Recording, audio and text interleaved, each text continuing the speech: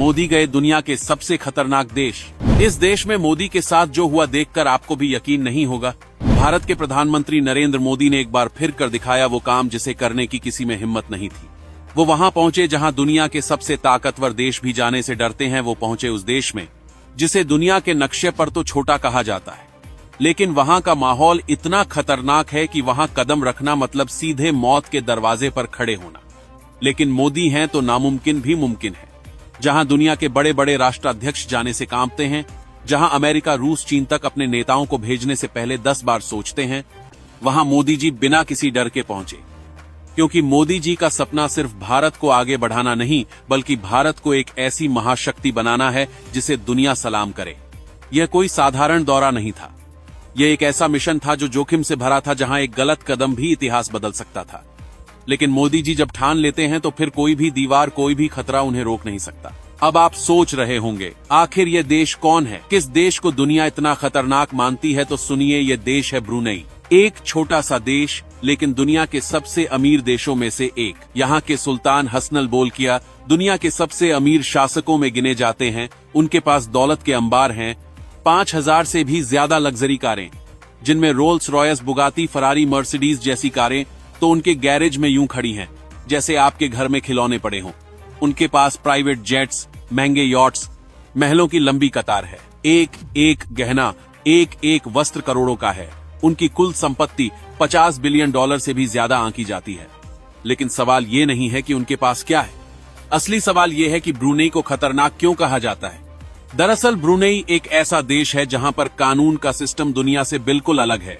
यहाँ का शरिया कानून इतना सख्त है कि जरा सी गलती का मतलब सीधा मौत। यहाँ की सरकार अपनी पॉलिसी, अपनी ताकत और अपने नियमों को लेकर इतनी सख्त है कि कई देशों ने यहाँ अपने नेताओं को भेजने से साफ मना कर दिया है। यहाँ की सुरक्षा व्यवस्था इतनी टाइट है कि बाहरी लोगों पर एक एक सेकंड नजर रखी जाती है। हर कोई नहीं पहुंच सकता यहाँ, हर कोई नहीं कर सकता यहाँ के सुल्तान से बातचीत। लेकिन मोदी जी तो मोदी हैं। जहां दुनिया रुकती है वहीं से मोदी जी की शुरुआत होती है। भारत के प्रधानमंत्री ने न केवल इस खतरनाक माने जाने वाले देश का दौरा किया, बल्कि वहां के सुल्तान के साथ बड़े समझौते भी किए। मोदी जी का मिशन साफ था, भारत और ब्रुनेई के रिश्तों को नई ऊंचाइयों पर ले जाना, भारत के व्यापार के लिए नए रास्ते खोलना और सबसे बड़ी बात, भारत की ताकत पूरी दुनिया को दिखाना। जब मोदी जी ब्रुनेई पहुंचे तो पूरा ब्रुनेई भारत के प्रधानमंत्री के स्वागत में खड़ा हो गया। सुल्तान हसनल ने खुद नरेंद्र मोदी का भव्य स्वागत किया। एयरपोर्ट से लेकर राजमहल तक हर जगह सिर्फ मोदी मोदी मोदी के ही चर्चे थे। ब्रुनेई के लोग भारतीय प्रधानमंत्री को देखने के लिए सड़कों पर उमड़ पड़े थे।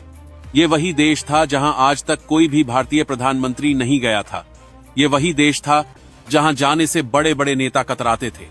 लेकिन मोदी जी ने वहां जाकर इतिहास रच दिया।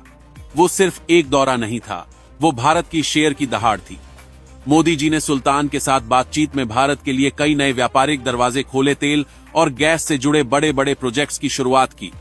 भारतीय कंपनियों के लिए ब्रुनेई में निवेश के नए मौके तैयार किए। और सबसे बड़ी बात, मोदी जी ने सुल्तान को यह साफ कर दिया कि अब भारत कोई छोटा देश नहीं है, भारत अब एक ग्लोबल लीडर है।